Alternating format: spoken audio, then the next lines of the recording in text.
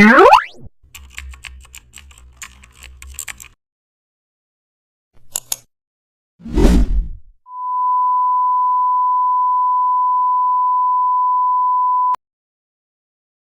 back to the channel. Don't forget to like, share and subscribe for more update. Today we are explore custom shape vertical status meter.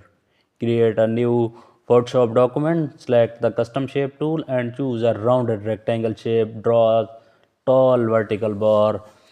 Change fill color to light gray and duplicate the bar using Ctrl plus J. Then resize the duplicate shorter.